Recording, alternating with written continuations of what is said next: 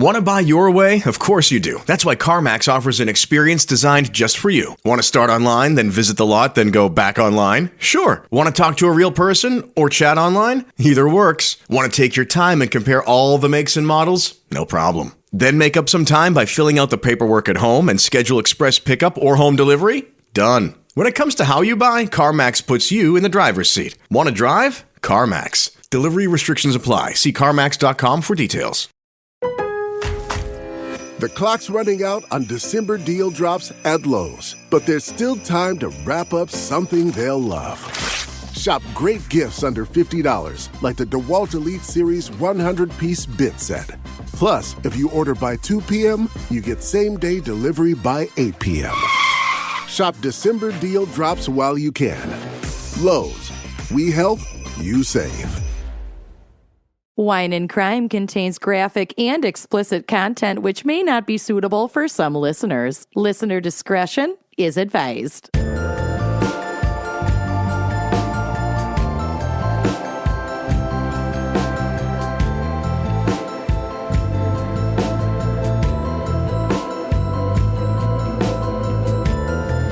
You are listening to Wine and Crime, the podcast where two friends chug wine, chat true crime, and unleash their worst Minnesotan accents. We're chugging something. We're chugging along. We're what we're doing. chugging along. I'm Lucy. I'm Amanda. And this holiday season so far has felt utterly exhausting. Fuck. You're doing great, sweetie. Oh my God. I chose the worst time to get pregnant to have a child so close to Christmas. Hey, yes. Glad you're acknowledging your role in that.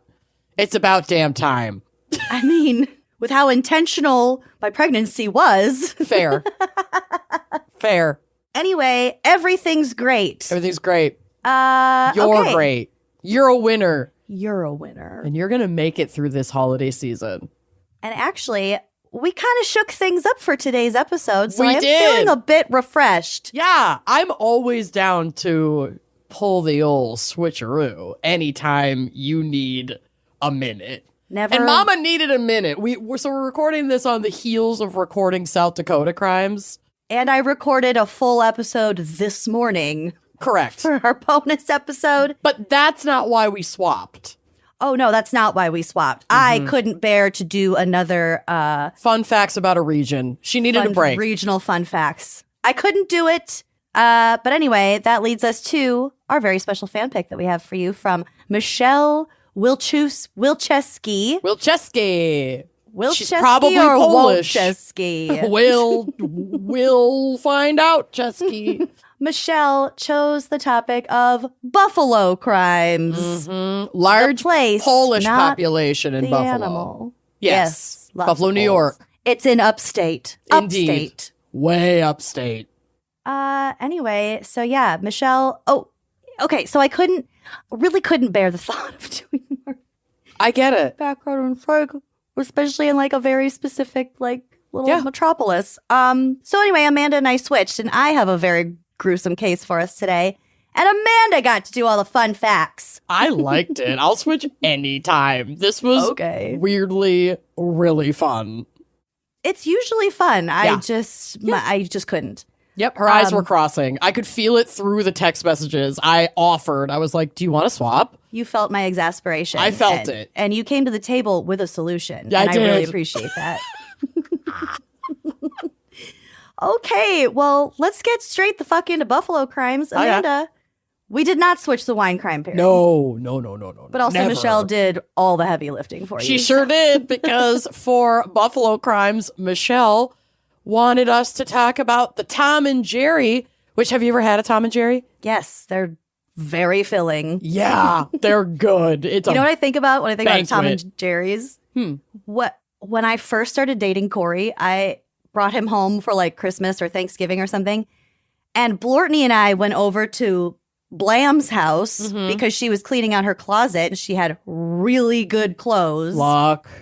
So we went over there to raid her closet, and Corey ended up watching hockey with her dad downstairs for like 2.5 hours. Yes. And her dad just kept Making Tom and Jerry's. Forcing Tom and Jerry's on him. And by the time we left, he felt ill. He had like Yeah, so he's 4 of drunk them. and he has gut rot. Oh, yeah. Poor bastard. Batter. It's made with batter. Well, yeah, I mean, the like original recipe is worse, I think, to wrap my head around than what you can just buy. Like, because now you can just get the like pre-made Tom and Jerry batter. My in-laws, like my sister-in-law Tia, always has this at their Finkenauer Christmas party. I love them. I can only have like half of one before my insulin pump is like, you're gonna die. It's like a White Russian, but like thick. And hot. So let's talk about the Tom and Jerry from WKBW, which is Buffalo's #1 news source, as I discovered going through my notes. It originated at a bar called The Place, which has been a Buffalo neighborhood institution since the 1940s. This time of year, the cold weather time of year, the holiday time of year, people pile in for the cozy atmosphere, great menu, and a taste of holiday cheer known as a Tom and Jerry. Quote, it's the holidays in a cup. Tom and Jerry is a brandy, rum, egg white, egg yolk, sugar, and more sugar drink with spices and nutmeg. That is a cookie recipe. Yep. The guy who like owns the bar now or manages the bar now says he sells thousands of the warm cocktail every year. The Tom and Jerry cocktail is believed to date back to the early 1800s in London. The drink's origin stateside remains unclear, and it's been on the menu at The Place since it opened up in 1941. Quote, this is something that has a long history in Buffalo, especially around the holidays, says Patrick Kaler, president and CEO of Visit Buffalo Niagara, so he would know. Kaler says Tom and Jerry's have become such a holiday tradition in Western New York that Visit Buffalo Niagara has created a Tom and Jerry Trail, a list of dozens of establishments that make the drink, so you could do a little pub crawl to get your gut right. It speaks to the overall culinary history of our destination, says Kaler. We have sponge candy, we have beef of weck, we have the wings, and we have the beverage Tom and Jerry. The what? What was the wet? I didn't come across this in my research, so let me Google this. Beef of the weck, W-E-C-K. Hold on. Oh, no. Oh, no. Okay, beef on weck. Okay, it's just like a chip beef sandwich. A beef on weck is a sandwich found primarily in Western New York State, particularly in the city of Buffalo. It's made with roast beef on a Kummelweck roll, a roll that is topped with kosher salt and caraway seeds. The meat on the sandwich is traditionally served rare, thin cut, with the top bun getting a dip in jus and spread with horseradish. It sounds fucking delicious. It's a... Okay, yeah. Yeah. But beef on weck, Change beef of the name. weck. Yeah, we don't need it. But back to the Tom and Jerry. She also did provide us with a Tom and Jerry recipe. So this is from the online magazine An Edible Mosaic. Okay. And here is a recipe for a Tom and Jerry, which just do yourself a favor and just buy the little... It looks like the ones that I've always had that my sister-in-law gets look like an ice cream container. Like a tub. Yeah, it's like an ice cream tub. Mm-hmm. But if you want to make your own Tom and Jerry batter, you're going to want to take 3 large room temperature eggs separated by whites and yolks, off to a great start. A 1/4 teaspoon cream of tartar, 1/16 teaspoon of salt, 1 cup granulated white sugar, 2 tablespoons of unsalted room temperature butter, 1 tablespoon of dark rum, 1 teaspoon of pure vanilla extract, and then your spices. A 1/2 teaspoon of ground cinnamon, a 1/4 teaspoon of ground nutmeg, a 1/4 teaspoon of ground allspice, and an 1/8 teaspoon of ground cloves. Is there brandy in there too? It just says dark rum, but I think people can kind of switch it up based on their preference. But I think I've only had it with rum. As long as there's a full cup of sugar, you're probably fine. Yeah. For each drink, you'll take 4 ounces of warm milk, 1 ounce of dark rum, and 2 tablespoons of the Tom and Jerry batter, and then finish it grated with nutmeg. To make the batter, you add the egg whites to a medium bowl and use a handheld electric mixer to beat until foamy. Add the cream of tartar and the salt and continue beating until the egg whites form stiff peaks. You're making like what is that? It's almost like meringue, but you're not baking it. Yeah. To a large bowl, add the egg yolks. This is a different bowl. Sugar and butter, and use a handheld electric mixer to beat until creamy. Add the rum, vanilla, cinnamon, nutmeg, allspice, and cloves, and beat that off until it's thick and smooth. Fold in 1/3 of the egg white mixture to the egg yolk mixture at a time, being careful not to overmix and completely deflate the egg whites. When you're done, Fold it in. Fold it in, David. I don't know how to be any clearer. When you're done, it should have a thick texture similar to a fluffy cake batter or liquid like marshmallow fluff almost. Oh. And then you can just keep it in the fridge until you serve it. And then when you're serving it, you fill a mug with hot water to heat it up first and get rid of the water. Add your warm milk, your rum, and your Tom and Jerry batter. And then you just whisk it until the drink is a little foamy, and you put your grated nutmeg over the top, and it's good. I'm not gonna lie. I'm not really like a eggnog or eggy drink person typically, but You're not a nog snob. I'm not really a nog hog over here, but I fuck with a Tom and Jerry. But I feel like it's kind of like I don't want to know how the sausage is made. I just want to buy the batter. I don't want to think about raw eggs. I don't want to think about egg whites. Yeah. They're good in the way that like a donut is good. Yep. Do I want 4 of them? No. I actually just want to split one. That would be great. I'd be fine with splitting one. So yeah, if you're trying to branch out this holiday season and you've never had or made a Tom and Jerry, whip it up, tag us in a pic, let us know what you think. I'd love to know what you think. Also, I'm about to text my mom and ask her if she can get some Tom and Jerry stuff for us for tomorrow night. Oh, good call. All right. Well, while you're texting your mom, let's take a quick break to hear a word from our sponsors. Unless, of course, you are a member of Wine and Crime Uncorked, which, as this episode comes out, you don't have much time left in our holiday sale. Right now, you can join Uncorked for 20% off your own, new subscription. You can upgrade your existing subscription for 20% off, and you can gift a subscription to your gateway gal. What an amazing gift. Also for 20% off. Yeah. I love a gateway gal gift. That's very sweet. They've done you a huge favor. They've changed your life. But if you really have been on the fence about whether or not to join or when you want to join, now is an amazing time to do it, because not only do you save, but you're helping support us and literally keep this content flowing, because without our Uncorked subscribers, we cannot continue to sustain this podcast. So if you're looking for a way to keep us on your airwaves, keep us in your ear holes, keep us on your YouTubes, come on over to Uncorked. Give us a little support, and we'll give you a lot of extras as a reward. There's a lot of extra. We've been told that we might be putting out too much. And we're not going to stop. Nope. Can't stop, won't stop. All right. We love you. We'll be right back. If you are like me and basically live in activewear, I'm wearing it right now. It's like my uniform is leggings, a sports bra, and a comfy top. So don't fix it. But like, if that's what you reach for when you're shopping, you kind of know the struggle. Like, the good stuff that's not going to fall apart after one wear or in the wash costs way too much. And you just want to have access to some of this nice activewear. Like, we're not asking for too much. And that is why I am obsessed with Fabletics. It feels just as premium as those expensive brands, but without making my wallet cry. Their leggings are so good. They're so soft. I have some fleece-lined leggings, and it's been so cold here. They've they're a thigh saver. You know what I mean? They are. Yep. When I signed up as a new VIP with Fabletics, I got 80% off of everything. So truly, these are totally comparable to those very expensive brands. You know the ones I'm talking about. The quality is, frankly, shocking. These pieces feel like that kind of high-end activewear that you might pay, $200 for. I don't think so. That is like a week's worth of groceries. But I'm getting that same level of quality at a fraction of the price, and that makes the membership feel like it pays for itself. It truly does.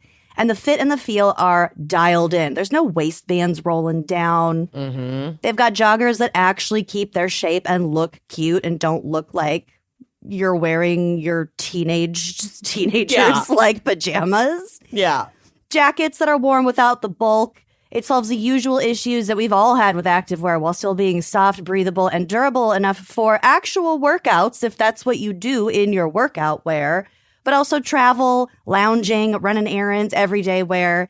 It also helps knowing that Fabletics has built a community of over 2 million VIP members and more than 100 retail stores, which makes me feel like I'm joining something that people already love and rely on, because they do. Fabletics already has amazing deals, but right now they're running their biggest sale of the year on top of that, and we've got an exclusive offer just for you. 80% off everything when you sign up as a VIP. Head to fabletics.com/gals and sign up as a VIP to get 80% off everything. This is only available through our link, so go to fabletics.com/gals to sign up as a VIP and get 80% off. That's fabletics.com/gals. When it comes to giving gifts during the holidays, you want to give things that people are actually really going to love. Like, not a candle that's like, okay. I'm talking things like beautiful, timeless pieces that they're going to wear for years. And that is why I'm going with quints. From Mongolian cashmere sweaters to Italian wool coats, everything is premium quality at a price that actually makes sense. Seriously, I just ordered one of their $50 Mongolian cashmere sweaters. Same. It's just a simple black crew neck. You can literally style it up or down, wear it casual. You can put it with a nice skirt. Like, it's such a versatile piece, and a really cute pair of jeans, because obviously around the holidays, you also have to give a gift to yourself. And that is what I did. And Quince truly does have something for everyone. So those soft Mongolian cashmere sweaters, again, for $50, that look and feel like designer pieces. But also, if you really want to like elevate things, they've got silk tops and skirts for dressing up, perfectly cut denim for everyday wear, and outerwear that actually keeps you warm. Those Italian wool coats are... We'll never shut up about them. I can't. They're standout pieces. Like, if you wear that walking into the party this year, everyone is going to be looking at you and asking you where you got it and asking you if you went to Italy and got it like directly from a designer shop. And when did you get that rich to afford that coat? Oh, wait. Right. It's What is Quince. your secret? Yeah. They are beautifully tailored. They're soft to the touch. They're crafted to last for seasons. So yeah, you're really gifting stuff that is not going to just get lost in the rotation or like fall apart after one season. This is not fast fashion, people. Every piece is made with premium materials from ethical, trusted factories and priced far below what other luxury brands are charging. The craftsmanship truly shows in every detail. The stitching, the fit, the drape. It's elevated, it's timeless, and it's made to wear on repeat. I have several Quince pieces now. They hold up beautifully in the wash. I feel like they come out looking brand new every single time I wear them, and I reach for them a lot. I have winter and summer pieces that I rotate out, and I'm just going to keep wearing them, girl. I ordered a fisherman's sweater, so now you're not the only one looking so You're gonna cute. love it. Find gifts so good, you'll want to keep them with Quince. Go to quince.com/wine for free shipping on your order and 365-day returns. Now available in Canada, too. That's QUINCE.com/wine to get free shipping and 365-day returns. Quince.com/wine. Okay, so this is gonna be a little gross, but if you are struggling with like acne, not just on your face, but maybe on your body, it might be your sheets, babes. Because traditional bed sheets can hold more bacteria than a toilet seat. Stop it. I know, it's not exactly what you want to lay your face or your body on. Miracle Made Bedding, however, is here to help you because it's designed to fight bacteria and stay cleaner longer with silver-infused fabrics that actually prevent up to 99.7% of bacterial growth. Yeah, Miracle Made sheets stay cleaner and fresher up to 3 times longer than your regular sheets. So that means they're not gonna smell bad after, just a few short couple days. sleeps. Yeah. You got fewer wash cycles, way less laundry, which is my personal favorite part. And by the way, this NASA-inspired silver-infused fabric helps regulate your body temperature. So whether you're a hot sleeper or a cold sleeper, doesn't even matter. These sheets are going to help keep you in the comfort zone all night long. And they feel just as good, if not better, than like the luxurious sheets that you might find at a 5-star hotel, but without that same steep price tag. These are smooth, breathable, and ridiculously comfortable. And like Amanda said, all that hidden bacteria in regular sheets, it can clog your pores and cause breakouts. No more! Miracle Made's antibacterial design helps you sleep cleaner and clearer night after night. So upgrade your sleep or give the gift of better rest. Go to trymiracle.com/gals to try Miracle Made sheets today. You'll save over 40%, and when you use promo code GALS, you'll get an extra 20% off, plus a free 3-piece towel set. They make an amazing gift, and with a 30-day money-back guarantee, there's no risk. That's trymiracle.com/gals, code GALS at checkout, and thanks to Miracle Made for sponsoring this episode.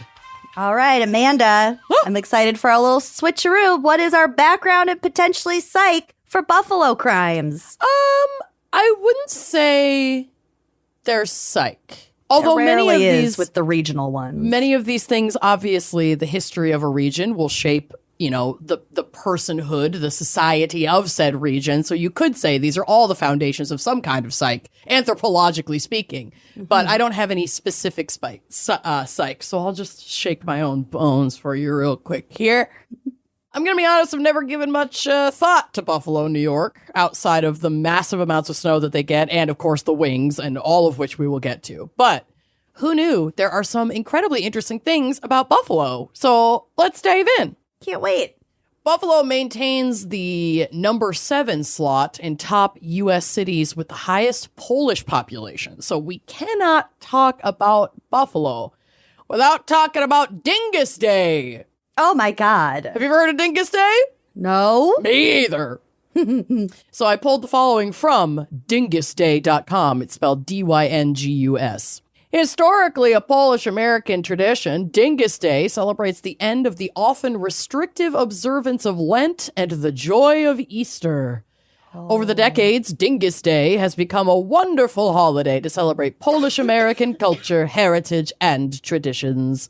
There are many stories that attempt to explain the origins of the day. They're going to give you theirs. Many Polish customs date back to pre-Christian Slavic practices. The custom of pouring water is an ancient spring rite of cleansing, purification, and fertility. The same is true of the complementary practice of switching with pussywillow branches. Oh, that's not nice. Sure isn't. That doesn't feel like Easter to me. Since 966 AD, Dingus Day has been associated with the baptism of Prince Mieszko I. Tradition states that Prince Mieszko I, along with his court, were baptized on Easter Monday. Thus, Dingus Day and its rites of sprinkling with water have become a folk celebration in thanksgiving for the fact that the first king of Poland was baptized into Christianity, bringing Catholicism to Poland. Oh, and did it stick? In more modern times, the tradition continued when farm boys in Poland wanted to attract notice from the girls of their choice. It was customary, because this is the best way to bag abroad. Mm-hmm. It was customary to throw water and hit the girls on their legs with twigs or pussy willows. Well, if he's hitting you, that means he likes you. He likes you, yep. Cologne was used instead of water by the more gallant lads. The ladies would reciprocate by throwing dishes and crockery. And Tuesday was their day of revenge. So Monday after Easter was days for the boys to squirt and whack the ladies. And then Tuesday was the days for the girls to chuck plates and crockery back at them for fucking with them all day on Monday. Yeah, chuck that crockery. Now people attend the still happening Dingus Day parade, apparently armed with squirt guns and pussy willow branches. Y'all, what the fuck? Stop. Can we retire just the word pussy in general? Never. I hate it. This is a yearly debate among Dingus Day revelers. The tradition holds true that on Easter Monday, boys would sprinkle the girls with water and tap them with pussy willows. On Easter Tuesday, the women would return the favor. At modern Dingus Day parties, it is common practice that both men and women trade water and pussy willow equally. Women's lib on full display. How modern. Very modern. Pussy willows play a major part in Buffalo's Dingus Day celebrations as men and women flirt with playful taps. Branches of the plant are used as the pussy willow is one of the first budding plant of spring. But how did the pussy willow get its name? According to Polish legend, many springs ago, baby kittens fell into a raging river while chasing butterflies. Jesus. The mother cat sadly wept at the river's edge, pleading for help for her drowning kittens. No! The willows heard her mournful cries and swept their long, graceful branches into the water. The kittens grabbed the branches, held on tightly, and were safely brought to shore. And every spring from that day on, the willows sprouted fur-like buds where the tiny kittens once clung. Okay, I do love pussy willows. Thank you. They are really soft.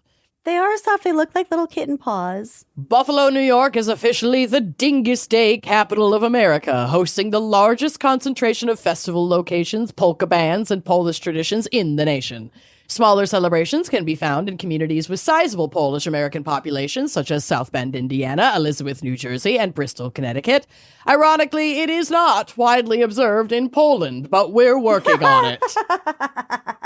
And there are some photos on the drive for you of people showing up for Dingus Day, the packed holiday market events for Dingus Day, the Pussy Willows, the parade. Yes, look at all the pussy willows. Yeah, they're ready to go. Okay. Who knew that was a Polish thing? Dingus Day, bitches. I want to go visit during Dingus Day so we can attend. Can you imagine the traffic? Oh, I bet it's outrageous. Look at all these dinguses. They're getting their dingus on. Dingai. Dingai. Okay, next up on the docket. Did you know that Buffalo became the first electrified city in the world on November 16th, 1896? The world? But its journey to electricity started before 1896. So this landmark achievement was made possible by Nikola Tesla, who constructed the first hydroelectric power plant at Niagara Falls. That makes sense. I've never been to Niagara Falls. I really want to go. You haven't? No. Will you take me? Bro. Can we go to Canada after? Fuck or is it in yeah. Canada? Oh, we're going to do the Canadian side. Obviously, we'll make a pit stop on the New York side, but the Canadian side's where it's fucking at. And we'll do the Maid of the Mist. We'll take the boat. We'll go right down into the falls and get covered in the mist and get our ponchos. I fucking love Niagara Falls. It's the Gals best. go. Fuck yeah. Gals go to Niagara Falls Canadian side. We'll have to do, like a Toronto show and then do a gals go down to Niagara. International, baby. Let's fucking do it. Okay, if they let us in. They'll let us in. So I read a very boring publication called Early Electrification of Buffalo and pulled the most pertinent section. Quote, the early Buffalo systems probably all had a common arrangement, a coal-fired boiler with a reciprocating steam engine of a couple hundred horsepower maximum, belt connected to a generator that served an area of about a square mile. What other source of energy was available? So they're saying, this is what the standard was in, generating power before we kind of unlocked the magic of Mother Nature. Okay. The greatest source of renewable energy on the Niagara frontier is at Niagara Falls. The energy of the falling water has been estimated at 6 million horsepower, and when you see it, that will also seem low. Like, when you see it in person, it's fucking crazy. Niagara Falls is nuts. That's like the force of the water that the water's moving at? Yeah. Wow. The story of the development of the hydraulic canal to provide water power for industries at the brink of the Niagara Gorge and its purchase by the Sholkoff interest in 1877 will not be repeated here. Note that the industries used only a portion of the available head of water. In 1885, the state of New York acquired all the land for about a mile upstream and a quarter mile downstream from the American Falls, plus all the islands for a state park. This removed all of the readily available water power sites except for the hydraulic canal. How could more of this renewable energy be utilized? In February of 1886, Thomas Evershed, a division engineer on the Erie Canal, developed a plan to construct a series of canals from the Niagara River and sell mill sites on both sides of the canals. Water would be drawn from a canal, run through a water wheel, and discharged into a tail race tunnel that would run into the gorge. A total of 238 mills of 500 HP each would be developed. This would be 119,000 HP or more than the total of all developed hydropower in eastern New York and New England combined. HP meaning horsepower? Yes. This plan had a lot of issues and took a lot of twists and turns, but alas, they got their dang power. Buffalo was among the first municipalities in the United States that experimented with an early method of electric light generation involving tall tower structures, often referred to as, you'll love this, moon towers or moonlight towers. Oh my God. I taught June what the moon was last night. And did she comprehend? She was so excited. The moon was nuts yesterday. I don't know if it's a super moon tonight, but it's full tonight and it's like closer to Earth than it usually is. So it's going to look beautiful. Yeah, it's but gonna be not for you huge. listening because we're recording this like 2 weeks ago. Hope you already saw it. These moon towers were intended to deliver light to entire city neighborhoods. So they were like really tall and meant to like cover whole sections to provide light instead of like what we understand today as street lights, where it's like small little recurring lights. They would build these huge towers to try and illuminate. Yeah. Wow, that's weird. How tall were they? They were tall. Like they're still. I'll tell you. So these towers were intended to deliver light to entire city neighborhoods. However, most cities, including Buffalo, that adopted these structures eventually relied on traditional lamppost lighting instead, because it's kind of nuts that like you would just illuminate an entire area with one fucking light. Yeah. What if you didn't want the light on your house? Fun fact from Wikipedia, in 1883, Minneapolis, Minnesota built a single 275-foot tall electric mast or moon tower in the Gateway District to eliminate the need for 150 gas lamps in the area, and they built it for $500. Wow. The tower's 8 4,000 candle power arc lights cast stark shadows. Yep, and failed to illuminate the streets. After the Minneapolis City Council voted to remove the tower in 1892, its copper ball sat in the window of a local saloon. Wow. I'm looking at pictures of moon towers. They're cool, right? Yeah, they're still around. Yeah, they kind of look like cell phone or old TV towers, like radio towers, but with like a big ball at the top where the light, like the copper ball that I don't fucking know. These more modern ones have like 6 lights around the top of the structure. Mm-hmm. So it's one structure, but multiple lights. Got it. All right, next fun fact. Buffalo was also a stop on the Underground Railroad because of its proximity to Canada. Oh. Again, from our girl WKBW Buffalo. Built by African Americans in 1845, the Michigan Street Baptist Church in Buffalo played a major role in helping fleeing individuals and their families get across the border during chattel slavery and toward the end of chattel slavery. Besides a collection of artifacts from that period, visitors to the church, which is still in operation, can see locations where the escaped enslaved people hid in the rafters of the church and in basement crawl spaces. They were then taken across the Niagara River from Ferry Street by boat. When the ferry was not available, local indigenous populations paddled the escapees to the Canadian side of the river, according to like oral histories. There's not a lot of obviously like written documentation about this because it was a very secretive fucking operation. So duh, there wasn't. But this church has been, it was built as a black church in a, we'll kind of get to it, in Buffalo, which had a growing black population. And it was predominantly black people, specifically within this church, that were really like helpful on that kind of last stop to Canada as part of the Underground Railroad. This goes on to say that indigenous people were willing to help, quote, because they knew the atrocities of the white Europeans. Amazingly, no former enslaved person was ever discovered in the Michigan Street Baptist Church. Someone who was operating it or like running it as of recently, is someone named Bishop Henderson, who said that some of that is a credit to the many Buffalonians who opposed slavery. That included a city court judge who purposely delayed legal proceedings for bounty hunters seeking paperwork to hunt escaping enslaved people.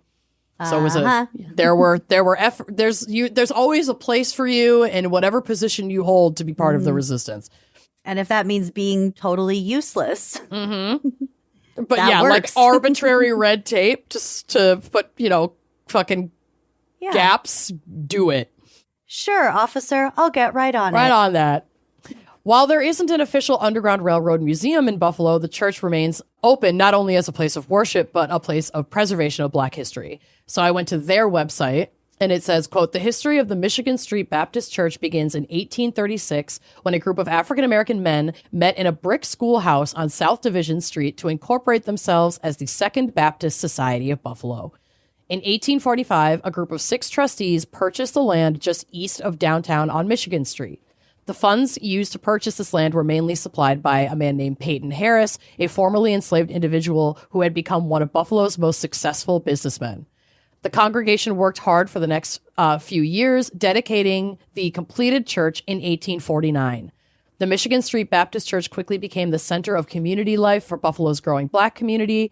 During the early decades of the church's history, it was especially important to the Underground Railroad.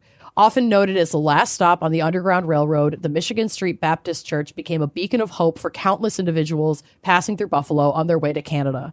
Many of these individuals chose to stay in Buffalo and created a good life for themselves.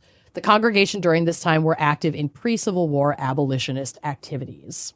Wow. And there's some photos of the church. It's really beautiful. It has a historical landmark on it, and there's some photos like throughout its history.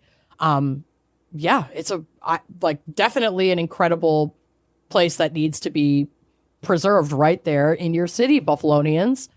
Yes, that's beautiful on the inside. Mm-hmm. Yeah, it's gorgeous. It's not very big, but it's beautifully built. Can you imagine being somebody who was trying to escape slavery up through Canada? Like, that's your last stop, like your last night in that church. Yeah. And like tomorrow you'll be free in Canada. Ugh. Oh my God. Yeah. I mean, I hope that would have been like a restorative and hopeful experience in a very harrowing and unimaginable. I'm not implying that it would be time. like a good feeling. No, it would just be so overwhelming, powerful, just under the floor. Like, what did you say, in the crawl spaces and like under the floorboards and stuff? Oh my God. And up in the rafters. Yeah. Oh, I know. I got chills. All right, we're going to switch gears because Buffalo, New York is also considered the home of the Buffalo Wing. Yum. No, I always wondered. Yep. You love buffalo sauce. I really fucking do.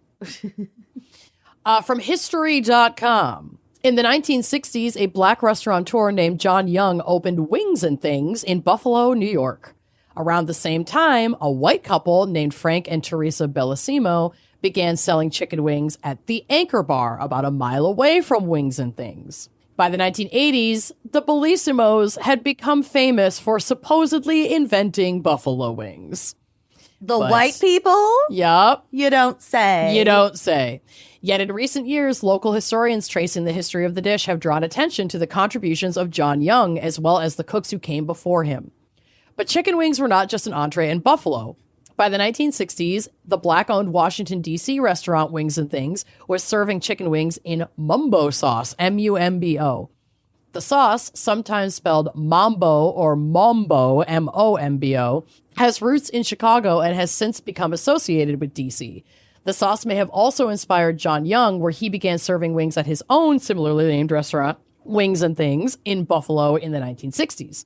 It's unclear when Young opened his Buffalo restaurant, although he applied for a business license for Wings and Things in 1966. Interviews with Young and former customers indicate that he likely started selling food under that name before applying for the license to do so. Good for you. In any case, Young's restaurant became known for serving breaded whole wings tossed in Young's own version of mumbo sauce, which I think would just be like, my understanding is that from a variation of this original mumbo sauce, he moved in the direction of what we now know to be buffalo sauce. Add some more heat, maybe. Yep, which, quote unquote, inspired his, white business counterparts down the road.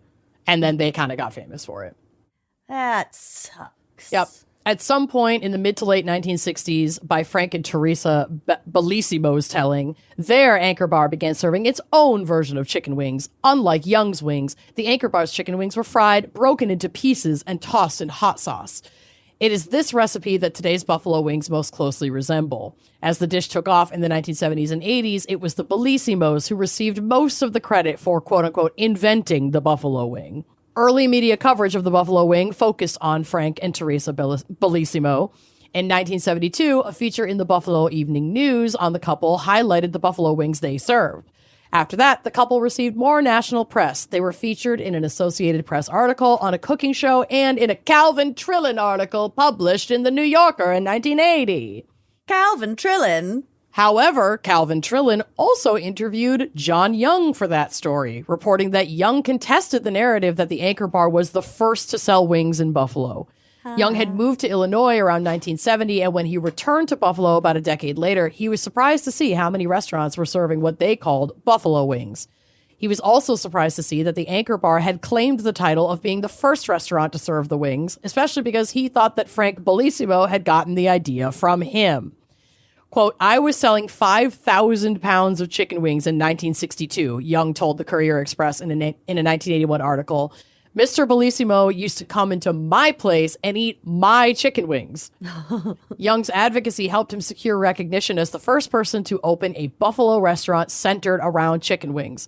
Quote, he names it Wings and Things, and that's what he specializes in, and I think he absolutely deserves credit for that. In 2020, Young's daughter, Linda Brown Young, began to serve her dad's chicken wing recipe for Buffalo Bike Tour's historical Wing Ride. The tour recognizes John Young, who died in 1998, as the King of Wings. Oh, John, the King of Wings. So, John Young, you're getting our support as the King of Wings, because who's surprised that white people down the street would just steal your idea and then profit off of it? No one is surprised. Especially when it comes to like creative, very flavorful foods. Mm-hmm. There's no fucking White way people to didn't make, and like didn't to their do that. credit, they're Italian, and Italians can make delicious, flavorful food. But Well, like everyone can make delicious, flavorful foods. sure, But you see what I'm saying?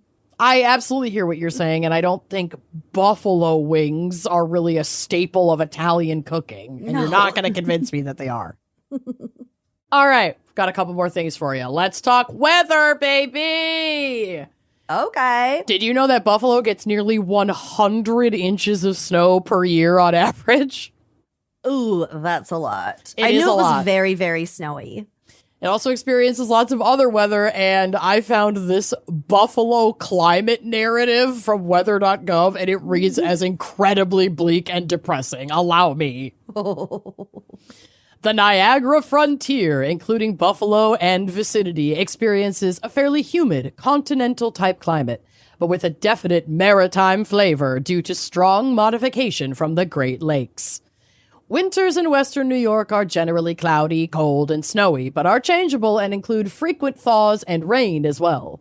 Snow covers the ground more often than not from Christmas into early March, but periods of bare ground are not uncommon. Over half of the annual snowfall comes from the lake effect process and is very localized. Lake effect snow occurs when cold air crosses the relatively warm lake waters and becomes saturated, creating clouds and precipitation downwind. The location of these snow bands is determined by the direction of the wind. Due to the prevailing winds, areas south of Buffalo receive much more lake effect snow than locations to the north of Buffalo. The lake snow machine can start as early as mid-November, peaks in December, then virtually shuts down after Lake Erie freezes in mid to late January, because then there's not that warm water to fill the clouds with wet and plop snow. Mm-hmm. The area does not experience many heavy general synoptic scale snows because the large-scale snowstorm systems usually pass well to the east. Spring comes slowly to the Buffalo area. The ice pack on Lake Erie does not usually disappear until mid-April, and the lake remains chilly through most of May. As the prevailing flow is southwesterly, areas near the lake are often as much as 20 degrees colder than inland locations. Fortunately, the cool lake waters act as a strong stabilizing influence, so areas near the lakeshore, including the city of Buffalo, experience more sunshine and fewer thunderstorms than inland areas. The cool air from the lake also slows the growing season, but this diminishes the threat of damaging late spring frosts. The average date of the last frost is near the end of April in the Buffalo metro area, but in mid-May, well inland. Summer is pleasant in the Buffalo area. Sunshine is plentiful, temperatures are warm, and humidity levels are moderate. Rainfall is adequate, but it shows an overnight maximum, so it is seldom a problem for outdoor activities. The stabilizing effect of Lake Erie continues to inhibit thunderstorms and enhance sunshine in the immediate Buffalo area through most of July. The lake also modifies the extreme heat that approaches from the Ohio Valley. There usually are periods of uncomfortably warm and humid weather during the summer, but an average of only 3 90-degree readings makes conditions more bearable than at most other locations. August usually turns a bit more showery and humid as the lake is warmer and loses its stabilizing influence. In fact, a good nighttime thunderstorm or two is often a feature of late summer in Buffalo. Overall, though, Buffalo has the sunniest and driest summers of any major city in the Northeast, with enough rain to keep vegetation green and lush. Autumn. It sounds beautiful. It does sound beautiful. Autumn on the Niagara frontier is pleasant, but rather brief. September is usually quite tame, as is much of October. The first frost could be expected in late September over interior sections, but not until mid-October in the Buffalo metro area. During some years, the warm Lake Erie water can extend the growing season into early November, adjacent to the lakeshore. Cold fronts from Canada become common in late October, and as the cold air passes over the warmer Great Lakes, cloud cover increases drastically. This heralds the start of the lake effect season. The first measurable snow usually occurs in mid-November, but snow cover is sporadic until mid-November. However, many of Buffalo's greatest snowstorms have occurred in late November and early December due to the lake effect phenomenon. And there is a photo from a storm from the last couple years of this like married couple digging a trench to their fucking house. Oh my god. Yeah. Yeah. Lots of snow, people. Lots of snow. I feel like wasn't there like a crazy fucking storm in Buffalo last year or the year before? I think so. I mean, it's not uncommon that they get like a wild storm dump. Yeah. I And feel their like something houses are, like, happened covered. recently, like they all lost power or something. I don't remember. It was whatever it was a big deal, like nationally. Yeah. God only knows, you know? Well, we'll All have right. to swing by Buffalo on our way up to. Well, yeah, we got to get Canadian wings side. on our way to Niagara Falls. Do you think that like buffalo wings in Buffalo is the same kind of deal like Chicago deep dish pizza is it tastes the best in Chicago? You know what I mean? I would have to imagine. I definitely want to find out. But it's just the sauce. Oh, no, it is not just the sauce. How the wing is cooked has so much to do with good buffalo wings. Really? Yes.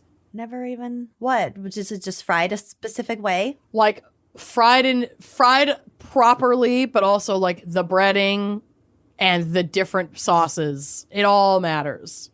Okay. Because you can way overdo it on the frying. You can have lower quality chicken. That's the case for all wings, though. That's not unique to buffalo wings. I mean, I would imagine it's not unique to buffalo wings, but I would think that the birthplace of buffalo wings would probably have the best buffalo wings, and I want to go try to find that out. I think we should find out. I agree. All right, to give Lucy what she wants, Buffalo does indeed have its own flag. Oh, thank God. It's had 2 iterations over the years. Their first flag was created around 1912, and the flag was gold in color. There's a photo on the drive so you can take a look, with the details on the flag in navy blue. Quote, to the left of center, a lighthouse on pier with ship passing it into the harbor. So that's like what's in the center seal. Okay. But it's not a high quality photo, so you'll just have to kind of imagine it. To the lower right, canal boat passing into the canal. To the right, surrounded in circle by the legend City of Buffalo, Incorporated, 1832. In 1922, Mayor Frank X. Schwab remarked to the Common Council that the flag did not sufficiently represent the city and proposed a contest for a new flag because they'd made their mark as like, we were the first fucking city that did the whole electricity thing. Like, we're known, this doesn't represent us anymore. Yeah. We need better marketing. Yeah. So he's like, I'm going to hold a contest for a new flag. After the contest failed to produce a winning design, a new contest was proposed with a more substantial reward. The committee's like, none of these are going to work. I don't think they got enough submissions because I think the prize was like really lackluster. It was maybe like a few bucks or just like naming rights or something. So the contest itself was just a dud. So then they did a new one with like a legitimate reward. And in this round, 73 designs were submitted, and the city planning committee, with input from the Fine Arts Academy, selected the new flag based on its simplicity and distinctiveness. The $250 reward was given to local architect Louis Greenstein. The flag was adopted on May 7th, 1924, and dedicated to the city on the following Flag Day, June 14th, 1924.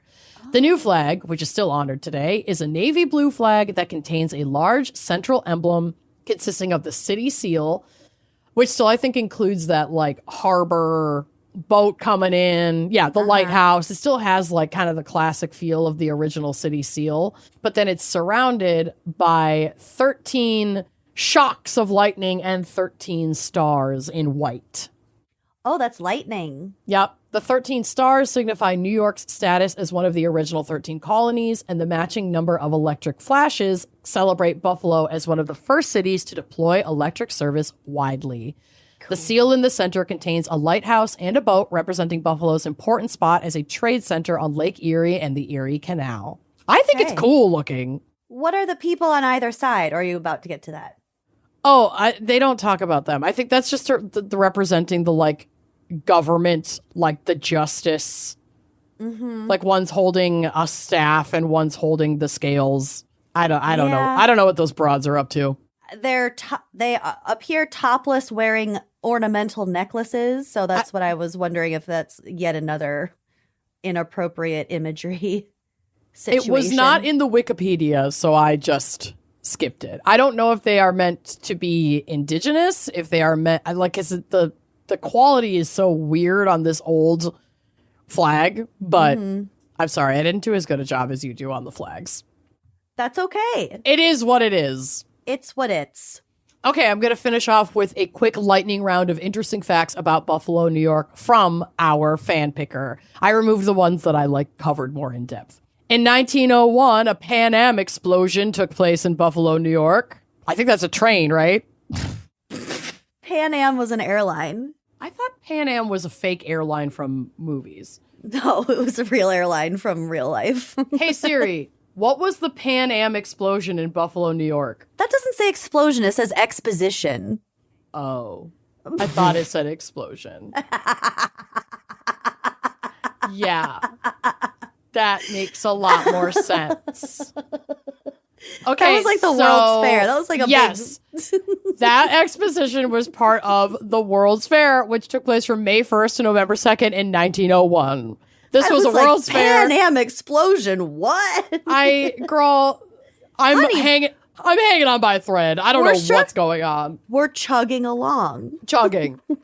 This was a World's Fair that celebrated progress in the Western Hemisphere. Exhibits included cultural displays and technological advances, like, I guess, a Pan Am airplane, including electricity. There it is. September 5th, 1901, President McKinley was assassinated during the expo, and Theodore Roosevelt was sworn in as the next president. Also at the expo? I guess, September 5th, 1901. Talk about added value for your ticket price. Oh my God. You were at a presidential assassination. That's adding value. What? You're saving money. Put that in your diary and smoke it. Buffalo, New York boasts the most homes designed by architect Frank Lloyd Wright, second only to Chicago, Illinois. Oh, wow. Yeah, a Frank Lloyd Wright tour in Buffalo would be fun for gals go. Frederick Law. I'm making a folder. Do it. Frederick Law Olmsted designed Buffalo, New York's park systems, and this is relevant because the same designer also designed Central Park in New York City. Buffalo, New York is the second largest city in New York State, with New York City being obviously the largest. And there are over 1,000 restaurants in Buffalo. We are a food lover's dream. Hopefully, all of them serve buffalo sauce in some capacity. I just want to get my ass out there for Dingus Day and have some wings and then go to Niagara Falls. Is that so much to ask? Well, Dingus Day is what, in March? April. Or whatever. It's like the Monday after Easter, so whenever Easter lands. I don't think it's the same every year. Would the Maid of the Mist be too cold in April? We must consider the lake effect. We must. I'll do some research before mapping our route. Well, I just made a folder, so I love it. Going to Buffalo. Well, that's my segment. It's. I hope I did you proud. I didn't, but I tried. You did a fantastic job. You answered most of my questions about buffalo wings. Great. I did the best I could. All right. Did great. Let's take a quick break to hear a word from our sponsors, unless, of course, you are an Uncorked member. And then we'll let Lucy horrify us for the end of the show. I'm gonna horrify you. Can't wait. So our lovely friend Ryan, who always smells incredible, came over the other day, and he was wearing a scent. He was wearing a scent that I don't remember the name of, but I was like, tell me where you got this scent. He's telling me all about it, what he spent on it, whatever. And I was like, girl, you need micro perfumes. Yeah.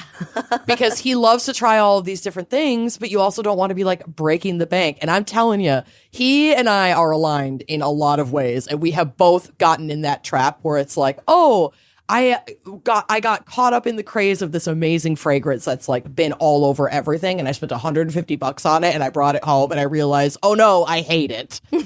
And it's very painful. And smell better in the store. Literally, like that can happen. Yeah. But micro perfumes make sure you never have to play fragrance roulette ever again. And for just a few bucks, like you and your bougie bestie can test drive the real deal. I'm talking Dior, Tom Ford, Creed, authentic designer scents without the full bottle gamble. Yeah, it's such a cool service. So here's how it works. Micro Perfumes lets you sample luxury fragrances in pocket-sized vials. So you can either get just like a very tiny sample just to try it a few times and really, really get a full experience. You can get like the little slightly bigger version, which I have those. I just stick them in my purse. They're my little so good for travel too. Oh my God. Yeah. And you're not breaking the bank on something that you might truly really like it, but after like a couple of months of wearing the same scent, you're over it. You're over it. And not only that, but like sometimes it can start to smell sort of bad to me if I'm wearing the same thing every day. So Yeah. I love to spice it up. I love the variety. So with micro perfumes, you're going to get this true high-end experience, but on your own terms and on your own budget. They offer real designer brands, and they're just a few bucks per sample. They don't do dupes. They don't do knockoffs. The one that I'm currently obsessed with is my Joe Malone Orange Blossom. It's so good. It's shocking. It's so good. And because I got to sample it first and I have completely fallen in love, that will justify buying the full bottle next time I'm in the market. 100%. Micro Perfumes gives you fast shipping straight to your door. They have over 500 fragrances. And unlike subscription boxes or like those shady discount sites, Micro Perfumes gives you instant access to authentic in-stock fragrances. This is the real thing. It is affordable and it is ready when you are. So why commit blind to a $200 bottle?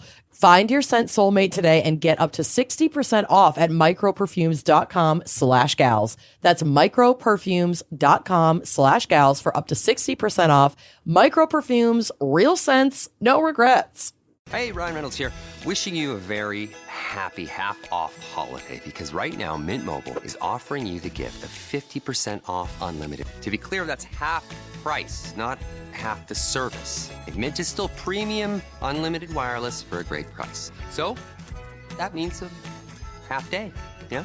Give it a try at mintmobile.com/switch. Upfront payment of $45 for 3-month plan, equivalent to $15 per month required. New customer offer for first 3 months only. Speed slow after 35 gigabytes if network's busy. Taxes and fees extra. See mintmobile.com. If you're like me and you have a 2-year-old at home and like maybe your partner sometimes works weird hours and maybe you work from home, but your life is still always really chaotic and you'd think you'd have things under control, but you don't really feel like that. And sometimes cooking dinner is the most difficult part of the day. An insurmountable feat.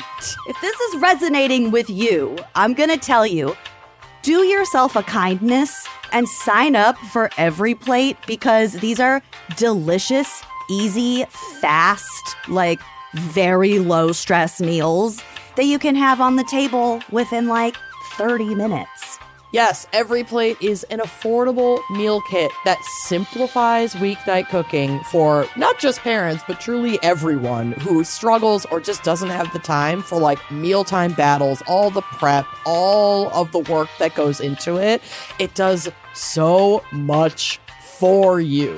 They have a rotating selection of craveable, comfort-forward dishes like crispy buffalo ranch chicken. And you know your man loves a smash burger. They offer caramelized onion smash burgers. And they stack up, honey. They really, really do. And they also offer, like, if you're more of a chicken girly, they have more chicken dishes. If you're vegetarian, they have more veggie-forward options. And there's a bigger variety of global flavors. That's what I love so much about it, is that I get to try things that I wouldn't even think to dream up to make myself. And they walk you through it step by step. It's also cheaper than the grocery store with a lot less waste because they're sending you like the itemized pieces that you need. So there's no more like buying a massive thing of herbs that you need like 1 teaspoon of. Yeah. And then the rest, it's like you're begging your neighbors or your Buy Nothing group to take it off your hands because you don't want to have the food waste. Girl, let Every Plate take that off of your plate. They offer pre-portioned ingredients that reduce mess, stress, and like I said, food waste. And like Lucy mentioned, you can have meals ready in 30 minutes. And the step-by-step recipe cards with pictures make it friendly for all skill levels. And then I always keep my favorite cards so that I can recreate those recipes over and over again. Try Every Plate and get $2.99 per meal on your first box, plus free steak for a month. Go to everyplate.com/podcast and use code GALSSTEAK to claim your offer. That's code GALSSTEAK, GALSSTEAK,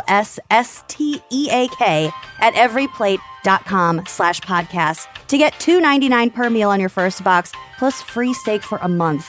Offer varies by plan. 1 free 10-ounce serving of steak per box for 4 weeks with active subscription. Ditch the dinner time dilemmas with Every Plate.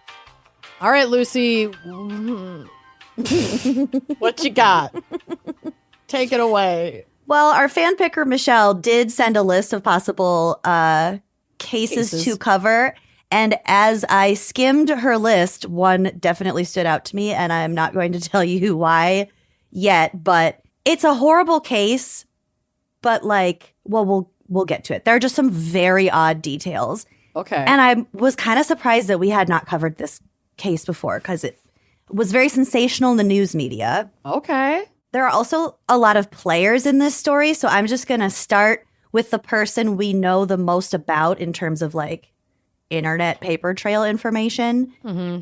Just to give us the best context, I want you to be aware that I am not intentionally framing this for him to be the most important person in this story. Okay, he's just the person, like you said, we have the most information about. Yeah. Okay. So Henri Marchand, French Henry, was a young French sculptor living in France in the late 19th century. He studied under Auguste Rodin, the sculptor. Okay. The ballerina one. Oh, okay. He studied under him, and he was very talented, specifically in dioramas and precision wax modeling. Ew, cool. For like museums and stuff. Yuck. Yeah. He was married to a woman named Clotilde. I think you pronounce it Clotilda. Okay. Love it looks like Clothild, but I think it's Clotilda. Clotilde. Clotilde was also an artist. She was a painter.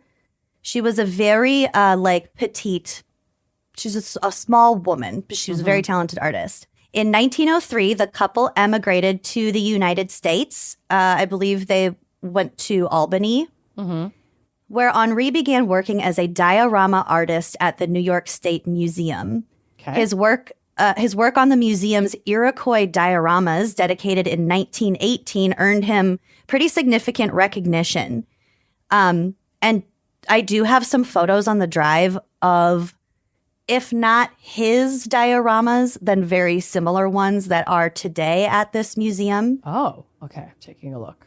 And just so you know exactly wow. what they're very small figures in a very large, like complex illustration that you can look at to understand how Iroquois communities worked in that area.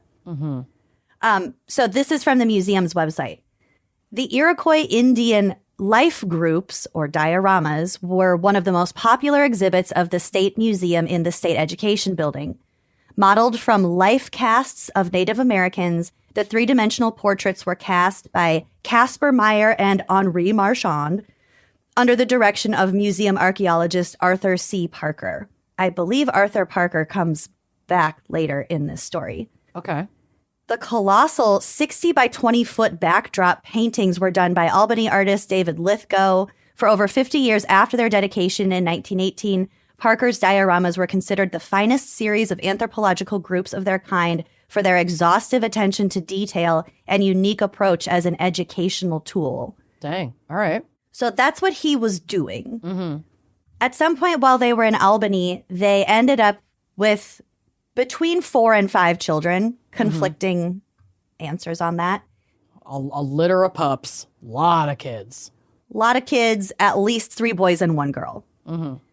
In 1925, the family moved to Buffalo, where Henri and 2 of his sons, I think they were just his 2 oldest sons, Paul and George, and also one source said one of his daughters worked there, but of course she was his not daughter named. Ringo.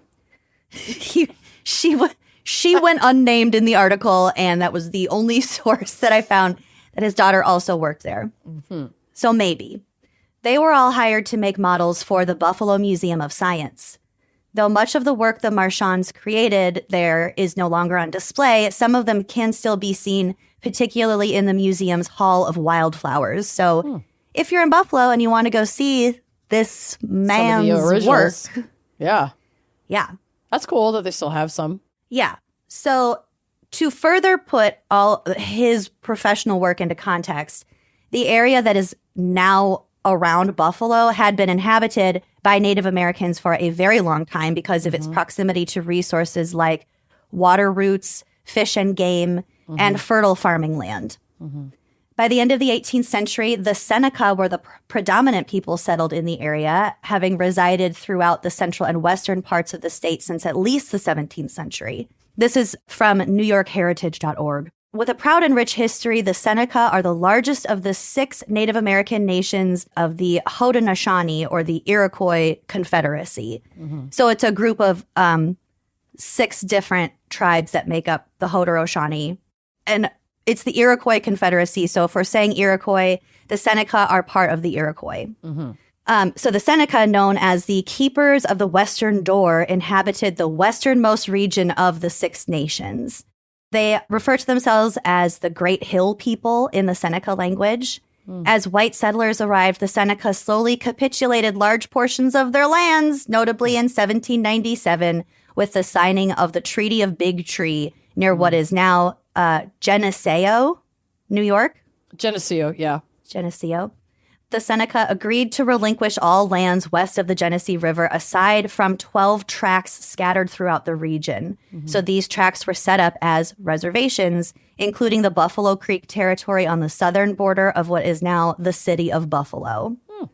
And when I Googled that, I think they have an enormous casino there. So if Buffalo Creek sounds familiar, I believe that's why. As they do, white colonizers continued to take land and move people around. And while I'm not sure exactly where the reservation was where this took place, I think it was a ways south of Buffalo. It's on Lake Erie. The Seneca culture at this time was being severely fragmented in Buffalo during this time. Also, there was notably a large boarding school in the area called the Thomas Indian School, which forced Native children out of their families' homes under the federal forced assimilation program. This was a state-funded school, ultimately committing cultural genocide. So it opened its doors in 1855, and it did not close until 1957. Yeah. It wasn't until May of 2025, this last spring, when New York Governor Kathy Hochul visited the Cattaraugus Reservation to make an official apology to the Seneca Nation for the atrocities committed at this school. And I think the video that I watched from probably Buffalo's #1 news source, they said that that was the first time a sitting governor had visited the Cattaraugus Reservation. That's wild. Yeah. That's so really, it was that's a big really disappointing. It was a big deal that it was acknowledged and that, you know, bringing this out into the open and out into the light. They interviewed a bunch of survivors from the school and they were just saying that it was a big moment. But horrible things had happened. My point is, at this time in the early 20th century, the Seneca people, specifically on the Cattaraugus Reservation, were not being treated very well. So back to Henri. He was working closely with the Senecas in the course of his work, studying the flora and fauna of the Cattaraugus Reservation, where he occasionally stayed in a cottage with his wife because he was talking to people, learning about their culture, you know, drawing working them. on these pieces, these anthropological pieces of art. Yep. Meanwhile, Clotilda spent her time when they were on the reservation gathering wild mushrooms and making her own sketches of the countryside. She was also an artist. She was doing her art stuff. On the reservation lived two Seneca women, 66-year-old Nancy Bowen and 36-year-old Lila Jimerson. So Nancy was a tribal healer, and Lila worked at a school on the reservation. And in her free time, and probably for a side hustle, Lila worked as a model for Henri. Oh, wow. And the two became quite Close. So at the time, like I said, Lila is 36 and Henri is 53. I also think that Nancy and Lila were living together at this time. Okay. They hadn't known each other for a super long time, but they were close friends, and I believe that Nancy was living with Lila. They're roomies. They're roomies. Okay, so Henri was later to testify that it was a, quote, professional necessity to make love to his Native American models because it was the only way they would pose nude for him. And this was so that he could accurately depict their physical characteristics. All right, well, okay, so fuck him. I had to sleep with them. It was the only way they'd show me their boobs. Oh, and I needed my to see their God. boobs For for science. accurate. It's for science. Oh, That my was God. literally his argument. Men have been menning for so long. They didn't feel comfortable with me just being Unless- naked, so I had to have sex with them. So they were comfortable with me. I hate that a lot. Yeah, so that's what was happening, as we will come to find out later. I didn't want to bury the lead so that we thought he was at all a decent person through the rest of this. Okay, so my description of the following is the story as it played out in the media, as it has been described by all of the sources that I've read. But I'm confident that some liberties were taken just based on after I finish this, we're going to look back and we'll probably find a few things to point to. But this is how the story goes. Okay. In the spring of 1929, Nancy's husband and fellow healer, his name was Charlie. A lot of sources called him Sassafras Charlie, Okay. which I don't know if he went by that or if the media was just sort of Labeling latching him. on to like a clever, like indigenous sounding, silly, non-serious nickname. Could have been either one. I don't know. So he died. Nancy is, of course, upset. And she and Lila got together, allegedly, over a Ouija board to ask the spirits why he had died. Now, I don't know whether they literally did not know why or like how he died, or if this was more of a spiritual, like, why did you take him from me? But later testimony points to Nancy believing at this time that he was killed by a witch. Oh. Slowly, the board revealed a startling message from Charlie. They killed me. Ooh. So the women were like, who killed you? And the board spelled out an answer letter by letter, Clothilde, Clotilda. Oh, no. And then it spelled out her address on Riley Street in Buffalo, and also spelled out her description, which was short with bobbed hair and missing teeth. Listen, rude. This spirit is going to be detail oriented. We're going to be precise here when we're when we're naming names in the Who Killed Me game. We're going to be real precise. Here's her address, Her social security number, her email, her Finsta. clit.tilde.aol.com. Yeah. Okay, so spells out all this stuff, and then Lila's like, "Oh, I know Clotilda. She's the wife of that guy that I'm modeling for." So after this seance, Nancy begins receiving letters, which are signed Mrs. Dooley. Okay. The letters claim that Mrs. Dooley is a medium from Cleveland, and I think the letters were like, I've had a vision. I need to tell you.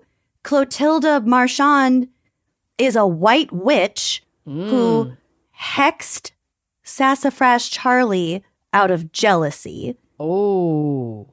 One of the letters read, quote, her witchcraft didn't work so good, so she decided to kill him. Wow. So her hex failed, so she decided to kill him, according to this medium from Cleveland. Yeah, I don't know. I don't know if this was supposed to say his witchcraft didn't work so good, so she decided to kill him, but basically it's alleging that Clotilda is a witch and a, quote, white witch, which is what our fan picker had in her list, and it said the white witch murder. I was like, I gotta get the white witch. I understood that more as she tried to hex this guy and her hex failed, so she killed him. She wasn't happy with the results of her hex. Yeah, maybe. But something to do with jealousy. There was some weirdness there. So Nancy grew, and again, Nancy is a healer. So she does practice that sort of, I don't know, you could call it magic, the spiritualism, that sort of supernatural stuff like that. So she believed this story. So she's convinced that Clotilda killed her husband. And then subsequently, because she knew about it, she would be next. Oh, okay. So Nancy's getting paranoid.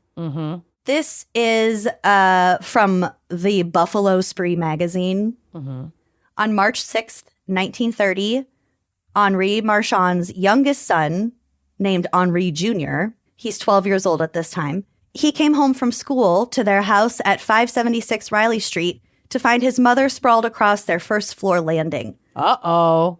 He ran to the nearby science museum, bringing home his father and two brothers. So if one of his daughters was there, they didn't bother to grab her. Okay.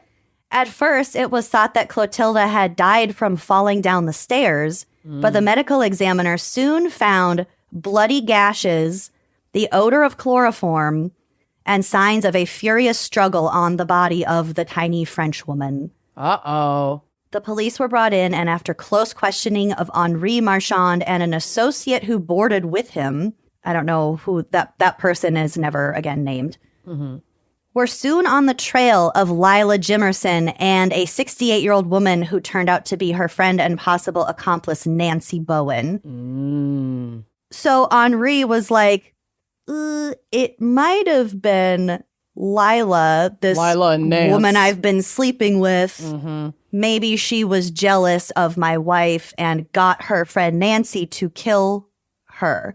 This is what Henri is telling the cops. He's hypothesizing, yeah.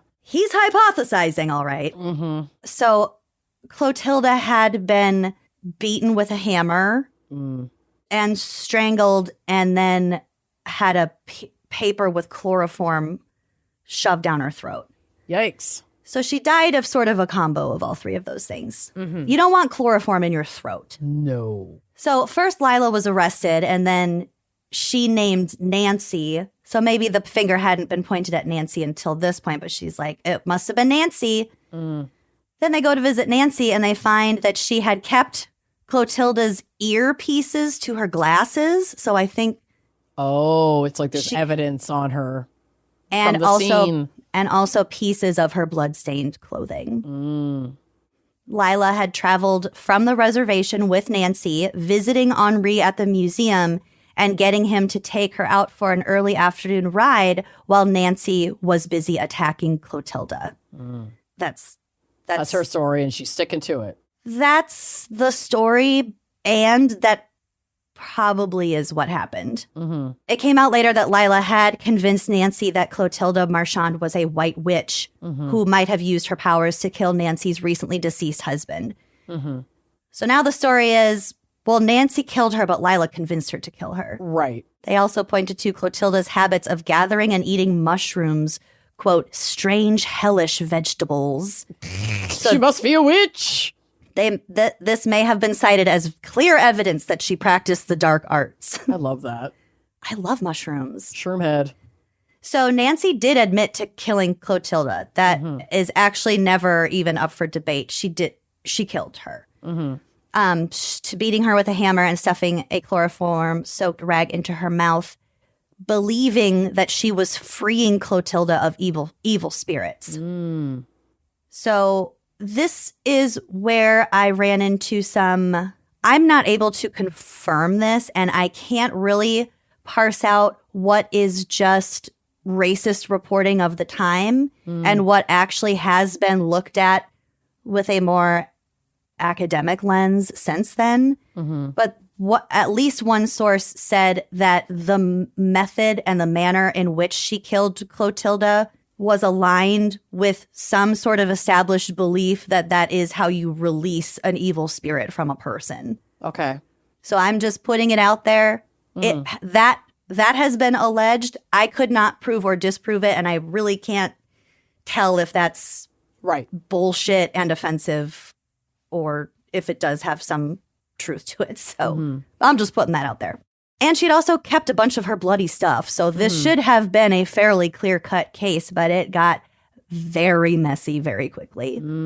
So all of this was handled so fucking poorly by the cops, the press, the lawyers, the judge, like everyone. You don't say. So police poured into the reservation. They were just going through people's private homes because they were determined to find the hammer that Nancy allegedly used. And they never did find the hammer, but they caused a huge fucking ruckus. Yeah, in the search for it. In her community. So they never found it. Do you know who Clarence Darrow is? Does that sound familiar? I don't know. I don't think so. He's an incredibly famous attorney. So he was involved in the Leopold and Loeb murder trial. Those guys who killed that little kid. Yep. Okay. Also the Scopes monkey trial. Oh, yeah. Which was it the government fighting a science teacher for teaching evolution in his class? And then also the Ossian Sweet trial, which was the guy who was accused of murder for defending his home from the white mob that was attacking him. Yeah, we've covered his case. We have. So Clarence Darrow was the defense attorney in that case. Got it. And also the Scopes. So he's he's very big on civil liberties, and he was very well known at this time for taking on cases that were like, we got to prove a point. So he was brought in to help make sure that Lila got a fair trial, but he ended up not taking the case. It's like, this is too far gone. It's too messy. So police told the press that Lila was an unrequited lover who induced her naive friend to commit the crime so she could romance the older married French sculptor. So they're saying that Lila wanted him and convinced Nancy to take out his wife. But wasn't Nancy already sleeping with him? No, Lila was sleeping with him. Lila was sleeping with him. Nancy's the older tribal healer who did carry out the murder. She carried out the murder because she believed that Clotilda was a witch. A witch. Okay. And Lila manipulated Nancy.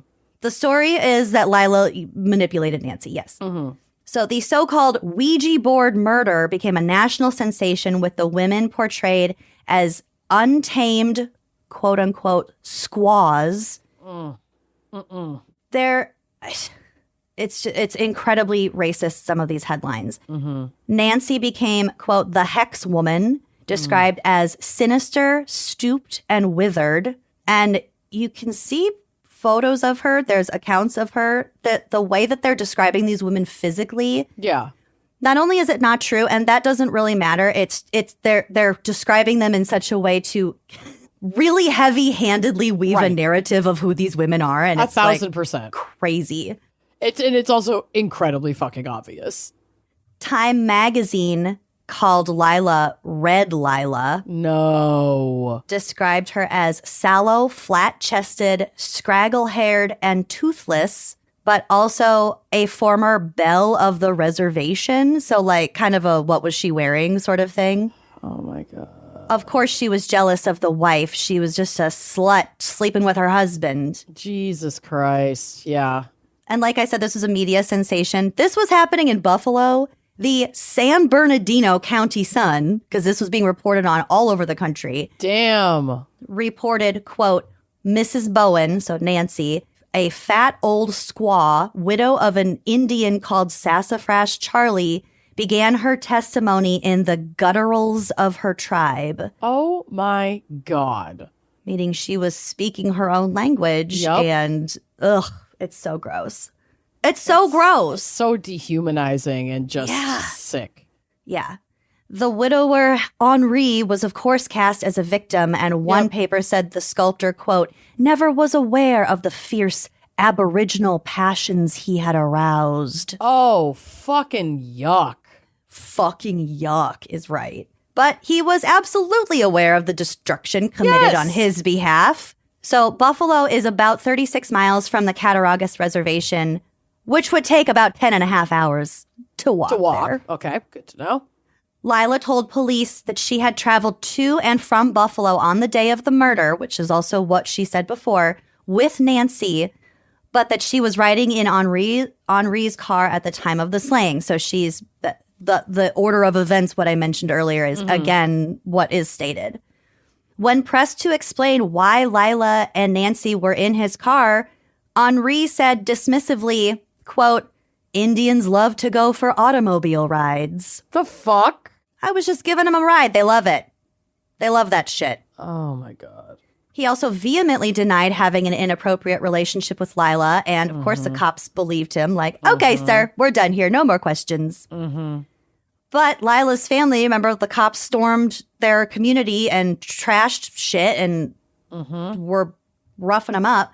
So Lila's family's like, So they turned up with receipts in the form of a huge stack of love letters written by Henri to Lila over the course of several years. Yeah, dummy. Of course they're going to keep this shit. In a jailhouse interview, Lila told reporters, remember, this is in 1930. Lila told reporters that their affair had begun in 1922 during an automobile ride. Many more rides followed. Now we know why they were in the car that day.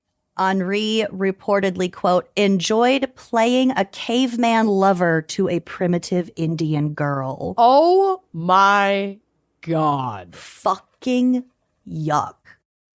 Okay, so now we get to the trial. There were two separate cases. I think the prosecutor in Nancy's case, his name is Guy Moore. He wanted to get this sucker on the road. So he was forcing this trial through with such fervor that advocacy groups, probably the groups that called that lawyer to be like, can you please help us and take this case? And he was like, no. So these advocacy groups feared a legal lynching. So jury selection began 17 days after the murder. That's how quickly they were pushing this through. Yeah, how could there possibly be a well-rounded investigation when there's a trial within 2 weeks of the murder even taking place? That's nuts. The women were also accused of planning to kill 12-year-old Henri Jr., the boy who found his mother, quote, if he should get in the way. Oh my God. There were also allegations that the two women were seen like the night before casing the house. Taking everything with a grain of salt, because I'm sure people would be coming out of the woodwork to accuse already villainized indigenous women who then murdered a white guy, allegedly. It's like people are going to be tossing out all kinds of fucking accusations that may be completely baseless and without any evidence to support it. And because we have to get the trial on the road next week, right? We don't have time to interview people repeatedly to, see if their stories change or anything like that. Yep. The prosecutors were seeking the death penalty, I believe, for both of them. So there was a lot on the line here. Henri took the stand where he had to admit that Lila was one of his many lovers, quote, too many to count, including a whole bunch of indigenous women. Potentially all likely manipulated and very likely assaulted. The power dynamics involved with him and any of the women on the reservation who were working for him as models. Yep. Who he was already saying, take your top off. Yeah. Ugh. Okay, so as I said before, on the stand, he said it was a professional necessity to seduce Indian women because it made them more willing to bare their breasts for his diorama modeling. Oh my God. He also claimed that his wife was fine with his free love lifestyle. Oh, I'm sure. And she's not around to advocate for how she felt about it, so we'll just go with that. The free love aspect was also splashed all over the headlines. So, like, the sensational things were free love, which, bullshit, you were cheating on your wife. The Ouija board thing, there's actually no evidence that a Ouija board was involved that I could find. No, that could be completely made up, and a bastardization of like the possibility that these indigenous women were engaging in like an indigenous spiritual practice, if that even happened. And then the papers just ran with it. We're like, I don't know, they were doing witchcraft on a Ouija board and some spirit told them this. Yeah. White witch. Nice. Yeah. As reported by the Courier Express, quote, there were like 3 words in here that I had never heard before. During the course of his 2-hour Philippic, meaning the prosecutor, so Henri's, well, not Henri's attorney, the prosecutor. So like an examination. Yeah, it was like a cross-examination. I think it was that Guy Moore. During the course of his 2-hour Philippic, he raked Lila, her attorneys, and all her witnesses with an enfilading fire of invective that included the words filthy, miserable, and contemptible. Oh my God. So yeah, just making her out to be as awful as possible for him. This attorney was such a well, we'll get to it, but the judge was like, dude, not okay. He's yelling at Lila. He called her a, quote, filthy Indian. Oh my God. And then like during that, right after that, she had what sounds like could have been a panic attack. And or an asthma attack because she did have some lung issues. And she collapsed in the courtroom. Oh, this poor thing. So her collapsing hot off the heels of this fucking Guy Moore haranguing her. Yes. The judge got sick of all the messiness and also just that it was rushed through. He's like, this is bullshit. I'm declaring this a mistrial. This is a mess. This is a mess. From her hospital bed, Lila pled guilty to second-degree murder, but retracted the plea soon after. So they had to start the trial all over 1 year later. That whole time, both of these women have been sitting in jail. But that gave time to them and their lawyers to come up with a solid defense strategy, which is something they didn't have the first time around. No. At the second trial, Lila testified she foolishly was in love with Henri Marchand, but she was not party to the murder. I didn't have anything to do with the murder. I was in love with him. That sucks, but I did not kill his wife. She implicated Henri, saying that he told her he was, quote, tired of Clotilda, and claimed that the artist had himself tried to hire other Iroquois to kill his wife. I wouldn't be surprised in the slightest to find out that this guy wanted to off his own wife and then blame it on these women. Yeah. Like, duh. Duh. Okay, here's our anthropologist friend, Arthur C. Parker, coming back. The one who had worked with Henri. Okay, this is where I was getting the I couldn't really confirm this. Arthur Parker testified that the instruments used to kill Clotilda were the kind used to expel evil spirits in accordance with Iroquois belief. This, again, according to Buffalo Spree. So that is where I got that information. I cannot confirm that.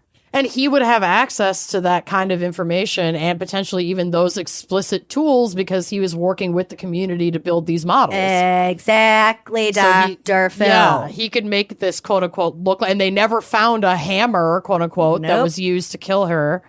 Hunter, he definitely fucking did it. Piece of shit. Oddly, the evidence that witchcraft was being sincerely practiced may have led to the eventual outcome of the case, particularly in regards to Nancy.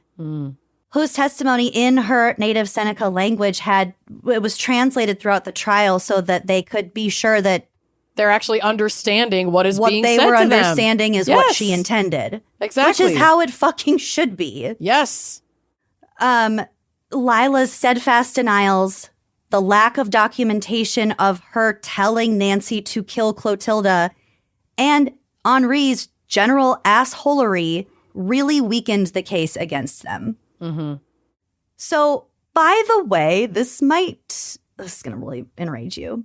At this time, Henri had not been welcomed to testify in the second trial, and I don't think he was even allowed to attend the second trial because he was such a prick during the first trial. Jesus. And the prosecution didn't want to put him on the stand again because he was like, I slept with a bunch of Native Americans. Yeah. So he wasn't even involved. And by this point, he had moved back to Albany and was living in a country house. And he had remarried to his dead wife's 18-year-old niece. Ew. Oh. He was never prosecuted and he died in 1951. Bye. But were the women at least exonerated? So They didn't, I'm getting to they that. didn't bother to go ahead and go get him because he's already fucking gone. But hopefully at least these women got a little fucking piece. The finger was never pointed at him explicitly. He was never charged with anything. That's crazy. I believe 100% that he fucking... The second trial ended in February 1931 with Lila being acquitted. So she was freed. Nancy was released after pleading guilty to first-degree manslaughter, which her sentence was 1 to 10 years in prison. And the judge was like, you've already been sitting in prison for a year. Just get out of here. Time served. Go ahead. Yeah. So she was released on March 13th, 1931, just over a year after Clotilda's murder. Wow. So all things considered, having 2 trials and the whole investigation inside of a year, pretty speedy, I gotta say. Yeah. Although that was the point because they didn't want especially when you're crafting narratives to rush things through and try to get shit done. But I'm glad that there ended up being like at least some semblance of reason in the room to be like, hold on, this is a mess. We have to let's go back to the drawing board here. Yeah.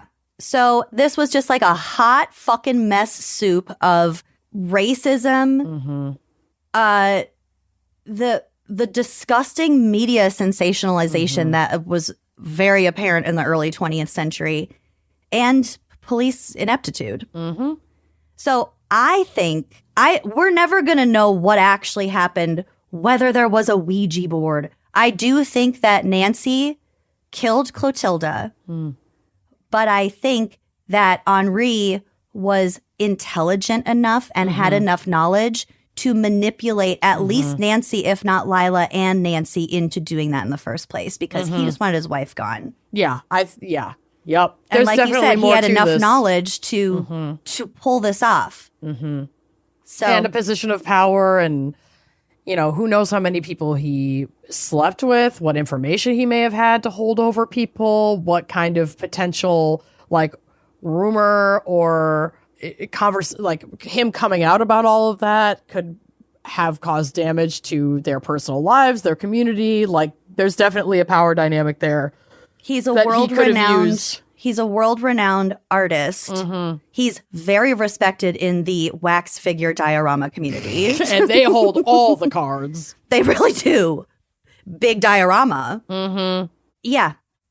Who would believe someone else over him if they were Right. like, hey, this guy's like up to something. Right. Up to Right. something shady. So Oh my Lila God. Jimerson, despite her weak lungs, lived until 1972. Good for her. Clotilde Marchand's paintings were exhibited only once in a 1930 memorial tribute. According to her daughter Henriette, quote, she was a true artist who never had a chance. Damn. So poor Clotilde, yeah. the White Witch. Wow. She was just minding her own. Yeah. She didn't do anything. Yeah, she was definitely She was- in the wrong place at the wrong time. She was picking mushrooms and sketching. Yeah. And yeah, these two women, like I said, we won't know. I think that they were manipulated and punished and just raked in the media. And it just, I think it's good to go back with a modern lens, look at what happened and Critical how eye. it happened.